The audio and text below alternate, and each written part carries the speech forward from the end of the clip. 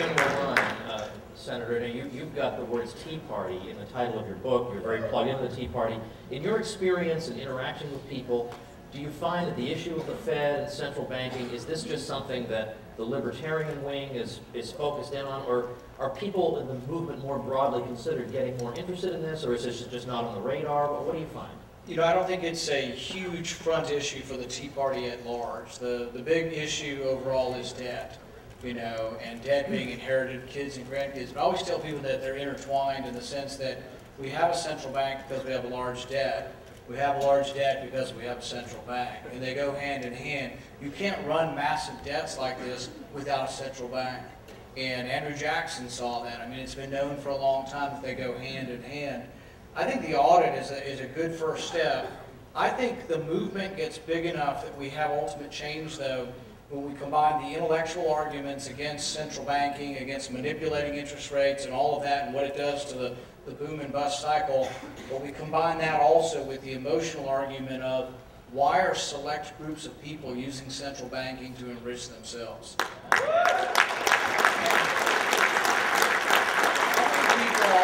People have seen the YouTube quantitative easing. But that's a good question that I'm still looking for an answer to. Why do we have to buy our treasury bonds through Goldman Sachs and not directly from the Treasury? I don't know the answer to that. I'm going to ask Tom Woods the question. Why do we have to buy them through Goldman Sachs and not from the Treasury? Yeah, well, we can't forget that question. I'm the one asking the question. Actually, a lighter question is, do you think any of your siblings have political ambitions? Maybe, I don't know. My little brother gave several speeches, and my older brother's been active with Campaign for Liberty, so we'll see. Oh, well.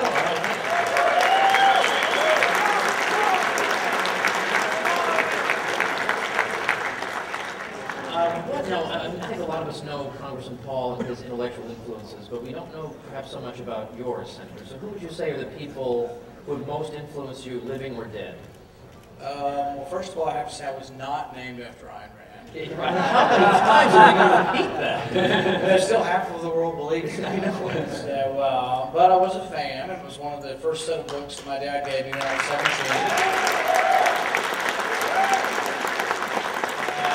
I was a big fan of Ayn Rand, and I read that she was a fan of Dostoevsky, and I read Dostoevsky and loved Dostoevsky. I think that, I was thinking today about what we should give some books to the interns that come to the office. And if I were to give 2 books to sort of get people started in reading, I would say Bastiat's The Law. Henry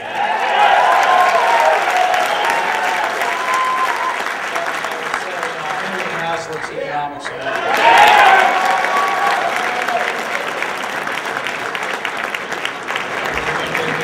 I have a much more lowbrow question than that, if you'll permit me. I've always wanted to ask you this, Ron. Ron, you are the perfect gentleman. Anytime you see Ron in a debate, and people are going at him just being vicious and personal. You saw it with Donald Trump today, saying you wouldn't be, yeah, it was bad. It was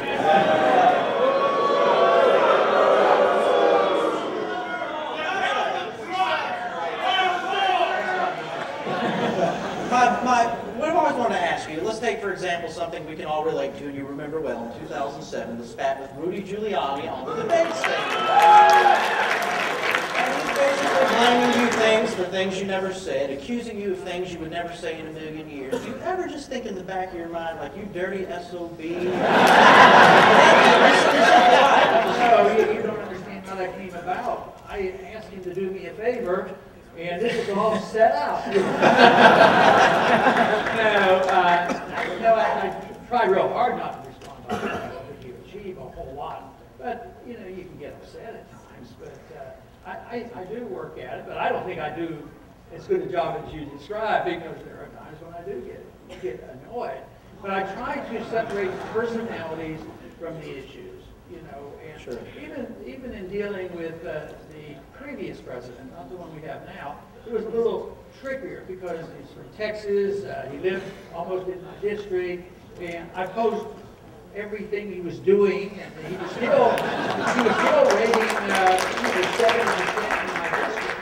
So it made common sense for me to, and it's part of my personality, I will attack the issue itself, the war, you know, whether it was Clinton's war, Bush's war, Obama's war, I attack the war and not to go after the individual, because I think you lose part of the argument.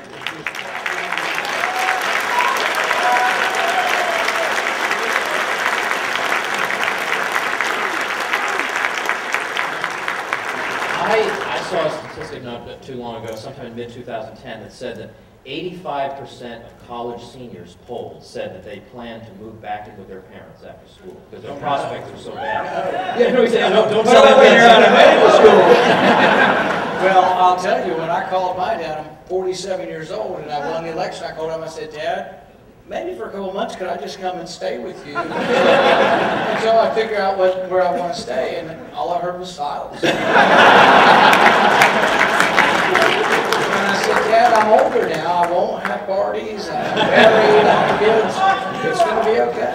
And a few minutes later, he finally said, oh, yeah, sure, I'd love to have it. Well, is there anything you can say to kids who are in this impossible situation, trying to go out in this job market? I mean, I graduated in the 90s when just, boom, boom, jobs everywhere. It just seemed like everything was great. What do you say to these kids? Well, it's an opening for talking about economics. It's totally unnecessary. It's all messed up by that guy called Keynes and all these interventionists, central economic planners, and we have to get rid of those bad ideas. And they wouldn't have to be worried about that. They wouldn't have to be worried about the future and the future of the jobs and the inflation that's coming. We wouldn't be fighting these wars because we couldn't afford them, and we would be living with the rule of law. I said there's answers to all of this, and this is a consequence. This is why the blame has to be put in the right place, because in the early years when I was studying economics, I finally understood that the wrong things were blamed for our depression. Friedman didn't have it right, a few other people didn't have it right because they said it was the fact that we were on the gold standard and we were trying to balance the budget, and that's why we had the depression. Murray Rothbard's book, Going to Depression, straighten that out. But it's just as critical now, and this is where we're making progress, is for the first time in the history of the Fed's not getting off the hook very easy, because they're the ones who are responsible for the boom period, and they're responsible for the bust period, and they're responsible for kids needing to go back home again, and why we can't find good jobs for them. So the answers are there, and I think that you take any economic problem like that, probably could blame the Fed for almost anything.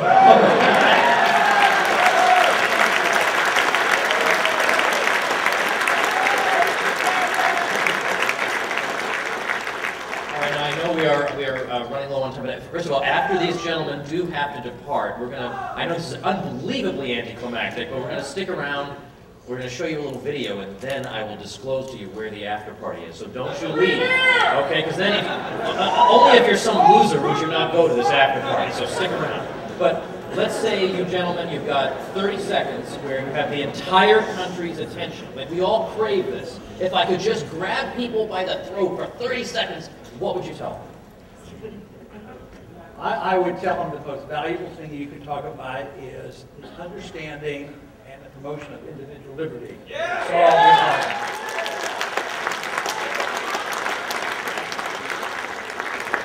I would say the American dream is alive. You're part of the American dream, and it can still be real. It can still be good for everyone, but you have to go out there and get it.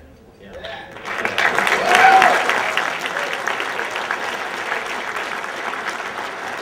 Let me give you gentlemen a chance if there are any parting words you'd like to share with the folks here. The floor is yours. Well, my main message is, and people ask me where I get my energy, and they think they get a lot from me, but the truth is your energy is really very helpful. And when I go and talk to the young people, and those who aren't so young are young in spirit, and because these are ideas, although they've been around a long time, they're new to our current situation. So this is what energizes me, especially when I see the people on the campuses, because I want to help and contribute to a revolution, a peaceful, intellectual revolution that emphasizes the importance of individual liberty and the greatness of America. And that is a worthy goal.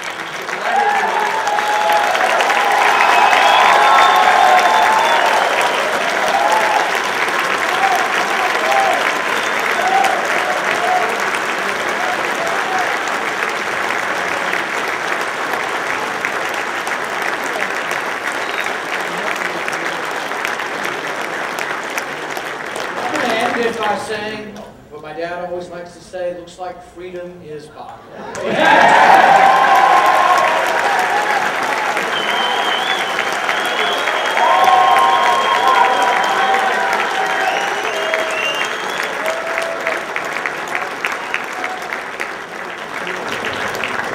They took off my podium microphone. That's okay. But I have one last thing to say for these gentlemen. First of all, thank you very much for joining us. A wonderful evening to have you both here.